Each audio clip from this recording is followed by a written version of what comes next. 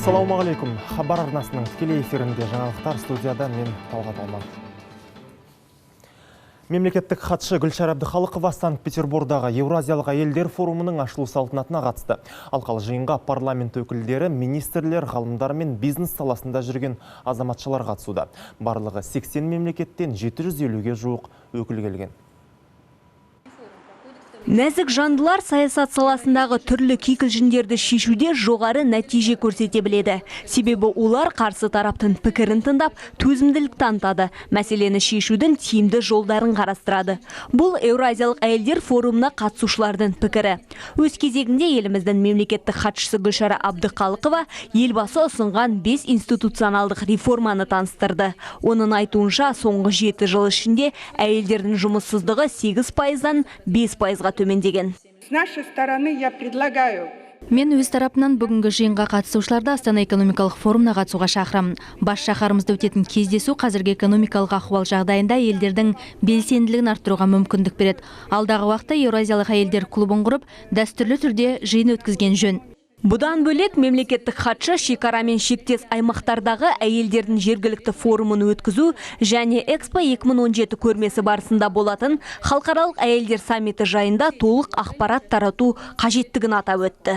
Это замечательная идея, я уверен. Бұл өте жақсы бастама, менің ойымша барлық әйелдер қолдау көрсетеді. Жалпы қазақстандық тараптың жобалары заман талаптарына сай қызықты деген ойдамын.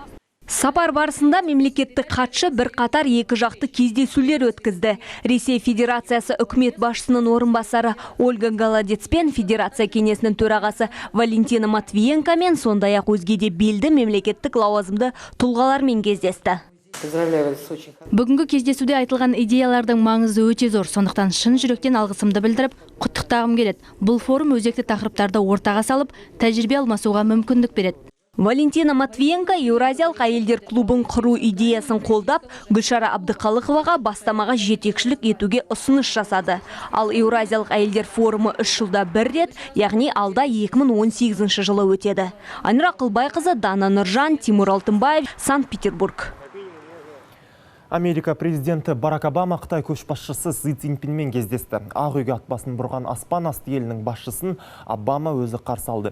Екі ел басшылары ресми кездесулері барысында кибертыңшылық пен оңтүстік Қытай теңізіне қатысты мәселелерді талқылайды деп күтілуде. Сондай-ақ әлемдік экономикадағы дүрбелең мен ресми Пекиннің қаржылық саясаты да өзекті тақырыптар қатарында. Сарапшылар Си Цзиньпиннің Америкаға сапары стратегиялық тұрғыда айтарлықтай өзгеріс әкелмейді деп пайымдап отыр. Алайда әлем екі ел инвесторлар мен жаһан нарығына дем беретін шешімдер қабылдануын күтіп отыр. Сондай-ақ екі елдің климаттық өзгерісі мен Азия өңірінің Тынық мұхитындағы әуе конфронтациясына қатысты оң шешімдер жасалады деп күтілуде. Ал Жапония үкіметі ел экономикасын сауықтыруға арналған жаңа жоспар әзірледі. Бұдан былай билік әлеуметтік мәселелерге назар аудармақ. Яғни ендігі жерде балалар тәрбиесі мен қарияларға күтім жасауға көп көңіл бөлінеді. Сонымен бірге еңбек өнімділігін арттыру мен шетел инвестицияларын тарту бойынша реформалар жүргізілмек. Бұл бағыттағы жұмыс жалпы ішкі өнімді 5 триллион долларға дейін арттыруға мүмкіндік береді. Жапон премьер-министрі бұл туралы либерал-демократиялық партияның көшбасшысы ретінде қайта ресми сайланғаннан кейін мәлімдеді. Бұдан басқа Синдзо Абэ тұтынушылар салығын 1,5 жылдан соң қазіргі 8-ден 10%-ға дейін көтеру жоспарын сақтайтындығын айтты. Біз дефляцияны еңсердік деп айта алмаймыз, бірақ бұл тығырықтан жақын арада құтыламыз. Соңғы 3 жылда Жапонияны ауыр дағдарыстан алып шықтық. Енді біз барынша өркендеген қоғам жасауымыз керек. Осы мақсатқа жету үшін экономикалық өсім қажет. Германия билігі жыл соңына дейін босқындардың қажеттілігіне 1 миллиард евро бөлетін болды. Демек, әр босқынның тұрмыс тіршілігіне айына 670 евродан қарастырылып отыр. Германия қаржы министрі Вольфганг Шойбле мен елдің 16 федералды өңірінің премьер-министрлері осындай тоқтамға келді. Бұл жайында Германия канцлері Ангела Меркель мәлім етті. Сондай-ақ жиын барысында келер жылы келімсектерге бөлінетін қаражаттың мөлшері де анықталды. Германияның федералды аймақтарының бюджеттеріне шамамен 4 миллиард евро бөлінетін болады. Осылайша ресми Берлин бұған дейін жоспарлаған қаржы мөлшерін 2 есеге арттырып отыр.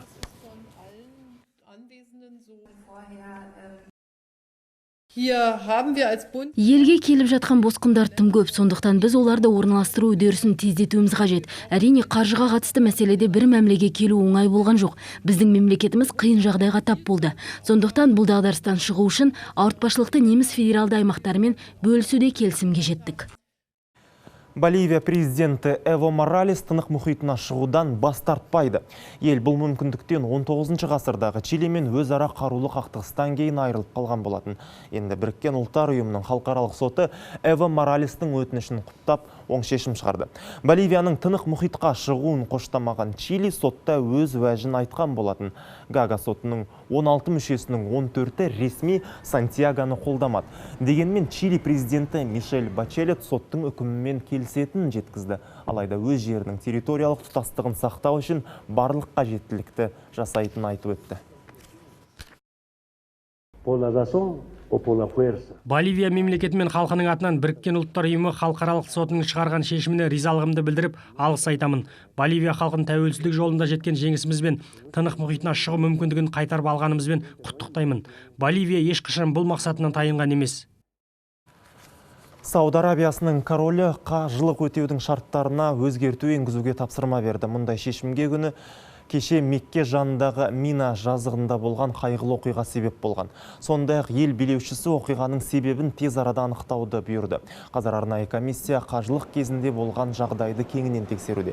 Естеріңізге сала кетейік, кеше адамның көптігімен жұрттың бірін-бірі басуы салдарынан 700-ден аса адам қаза тауып, тағы 863-не медициналық көмек көрсетілген болатын.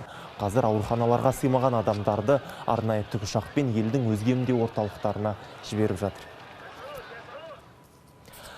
Шығыс Қазақстан облысында мүмкіндігі шектеулі жандардың жұмысқа орналасып, кәсіппен шұғылдану үшін ашылған бизнес-инкубатор өз тиімділігін дәлелдеді. Бастапқыда қоғамдық ұйым ретінде ғана тіркелген еді. Ал биыл маусым айында Біріккен Ұлттар ұйымының грантына арнайы кеңсе ашты. Нәтижесінде Өскеменде тігін цехы және массаж бөлмесімен бизнес жобаларға кеңес беретін орталықтар құрылды. Енді дәл осындай орталықтар бірнеше ауданда ашылды. Толығырақ тілші материалында. Өскемендегі бизнес-инкубаторда қазір 10 адам жұмыс істейді. Олардың бәрі де әртүрлі топтағы мүгедек жандар. Дулат пен Жанар осы орталықта массаж жасау бөлмесін ашқан еді. Бір жыл бұрын Алматыға барып арнайы курстан өтіп келген. Осында енді 6-7 ай болды жұмыс істеп жүргенімізге. Күнде әр қалай 2 адам, 3 адам ашық жүру акция жүргіздік деген өзіміз секілді мүгедек жандарға. Тағы да алыс жақта болып жатыр, енді мүгедек күндер келе жатыр. Жарымжан жандардың мамандық алуы да жолға қойыла бастады. Алдағы жылы облыс бойынша оқып жатқан 65 адам колледжді бітіріп диплом алып шығады. Үлкен нарықта олардың өнімдеріне сұраныс болу үшін сапалы болу керек. Сол үшін кәсіби білім қажет. Ең бастысы білім мен тәжірибе болса, жұмыс табуға да оңай болары сөзсіз. Орталықта өз ісін ашқандардың бәрі де Біріккен Ұлттар ұйымының арнайы қорының грантына ие болған. Солардың бірі Ирина Жукова. Ол қордан алған 1,5 миллион теңгеге шағын тігін цехын ашқан. Қазір тағы бір адамды көмекші етіп қасына алып, түрлі тапсырыстарды орындап отыр. Бәріміздің де еңбектеніп табыс тапқымыз келеді. Үйде оған мүмкіндік жоқ. Себебі әркімнің тігін машинасын алуға жағдайы жоқ. Үлкен көлемде тапсырыс болса, осы жерде дайындаймыз. Әлеуметтік сала мамандары облыстағы барлық мүгедектер қоғамын біріктіруді ойлап отыр. Бұл өз кәсібін ашқысы келетін жандарға кеңес беріп, бағыт-бағдар сілтеуге қолайлы. Бүгінде облыста 58 мыңнан астам кемтар жан болса, олардың 15 мыңға жуығы жұмыс істеуге икемі бар. Ал олардың қазір тең жартысы ғана еңбек етіп жүр. Олжас Керейхан, Аслан Төлеп, Хабар, Өскеменнен. Қазақтың дәстүрлі ән өнерін насихаттау мақсатында өткізілген күміс көмей жез таңдай ән байқауы мәресіне жетті. Биыл 4-ші рет өткізілген байқау бағдарламасы бойынша өнерпаздар қазақтың халық әнін, халық композиторларының әндерін, еліміздің рухани байлығын байқататын фольклорлы этнографиялық аспаптар арқылы жаңа үндеумен жанды дауысты орындады. Байқау қатысушыларының өнерін танымал мәдениет қайраткерлерінен құралған қазылар алқасы сараптады. Байқау қорытындысы бойынша домбырамен ән айту аталымының жеңімпазы болып, әнші Ақбаева Нұршат танылды. Ал қазақтың біртуар композиторы Шәмші Қалдаяқовтың әндерін үздік орындаған өнерпаз ретінде Қарадолова Келбет марапатталды. FIFA айналасындағы дау толастар емес. Жақында Халықаралық футбол федерациясының бас хатшысы Жером Вальке де қызметінен шеттетілді. Қазір дүниенің әр бұрышынан футбол жанашырларының жан айқайы естіледі. Жемқорлыққа белшесінен батқан ұйымды тазалау керек деген ұранға атақты футболшылар да үн қосуда.